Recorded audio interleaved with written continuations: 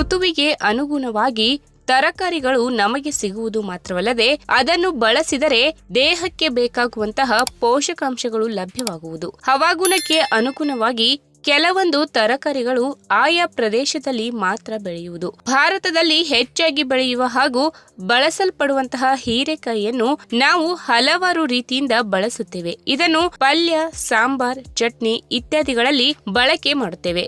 ಇದು ತುಂಬಾ ರುಚಿಕರ ಕೂಡ ಹೌದು. ಇದರಲ್ಲಿ ಇರುವಂತಹ ಹಲವಾರು ರೀತಿಯ ಪೋಷಕಾಂಶಗಳು ದೇಹದ ಪ್ರತಿರೋಧಕ ಶಕ್ತಿ ವೃದ್ಧಿಸುವುದು ಮತ್ತು ದೇಹವನ್ನು ಅನಾರೋಗ್ಯದಿಂದ ಕಾಪಾಡುವುದು.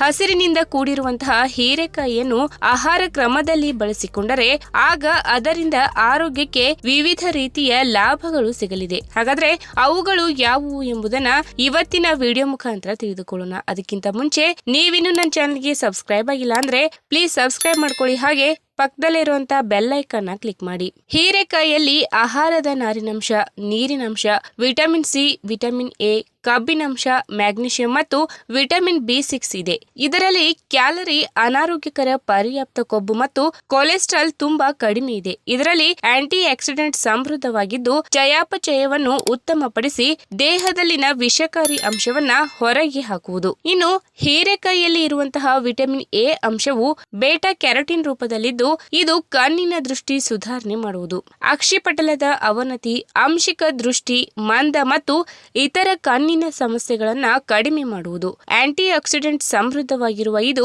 ಕಣ್ಣಿಗೆ ಹಾನಿ ಉಂಟು ಮಾಡುವಂತಹ ಫ್ರೀ ರ್ಯಾಡಿಕಲ್ ಅನ್ನ ದೂರ ಮಾಡುವುದು. ಇನ್ನು ಕಬ್ಬಿನಾಂಶವು ಉತ್ತಮ ಪ್ರಮಾಣದಲ್ಲಿ ಇರುವಂತಹ ಹೀರೆಕಾಯಿಯನ್ನ ಆಹಾರ ಕ್ರಮದಲ್ಲಿ ಬಳಸಿಕೊಂಡರೆ ಆಗ ರಕ್ತಹೀನತೆ ಸಮಸ್ಯೆಯನ್ನ ಕೂಡ ನಿವಾರಿಸಬಹುದು. ಹೀರೆಕಾಯಿಯಲ್ಲಿ ವಿಟಮಿನ್ ಬಿ6 ಸಮೃದ್ಧವಾಗಿದ್ದು ಇದು ದೇಹದಲ್ಲಿನ ರಕ್ತನಾಳಗಳು ಸರಿಯಾದ ರೀತಿಯಲ್ಲಿ ಕೆಲಸ ಮಾಡುವಂತೆ ಮಾಡುವುದು.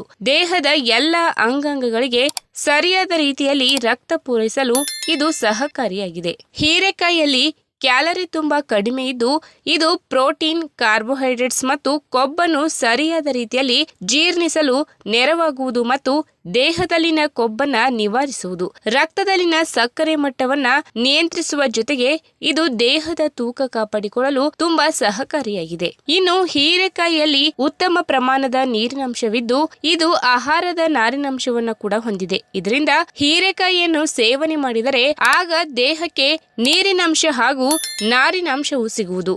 ಹೀರೆಕಾಯಿಯ ಜ್ಯೂಸ್ ತೆಗೆದು ಅದಕ್ಕೆ ಸ್ವಲ್ಪ ಜೇನುತುಪ್ಪ ಹಾಕಿಕೊಂಡು ಕುಡಿದರೆ ಅದರಿಂದ ಮಲಬದ್ಧತೆ ಕಡಿಮೆಯಾಗುವುದು. ಜೀರ್ಣಕ್ರಿಯೆ ಮತ್ತು ಕರುಳಿನ ಕ್ರಿಯೆಯನ್ನ ಇದು ಸರಾಗವಾಗಿಸುವುದು. ಇನ್ನು ರಕ್ತದಲ್ಲಿ ಇರುವಂತಹ ವಿಷಕಾರಿ ಅಂಶಗಳು, ಆಲ್ಕೋಹಾಲ್ ಮತ್ತು ಇತರ ಬೇಡದ ಅಂಶಗಳನ್ನು ಹೀರೆಕಾಯಿಯು ತೆಗೆಯುವುದು. ಹೀಗಾಗಿ ಇದು ಯಕೃತ್ನ ಆರೋಗ್ಯವನ್ನ ಕಾಪಾಡುವಲ್ಲಿ ಪ್ರಮುಖ ಪಾತ್ರ ವಹಿಸುವುದು.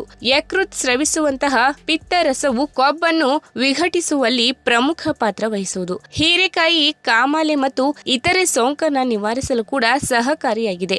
ಈ ವಿಡಿಯೋ ನಿಮಗೆ ಇಷ್ಟವಾದಲ್ಲಿ ತಪ್ಪದೆ ಲೈಕ್ ಮಾಡಿ, ಶೇರ್ ಮಾಡಿ, ಹಾಗೆ ನಿಮ್ಮ ಅನಿಸಿಕೆನ ಕಮೆಂಟ್ ಮೂಲಕ ತಿಳಿಸಿ.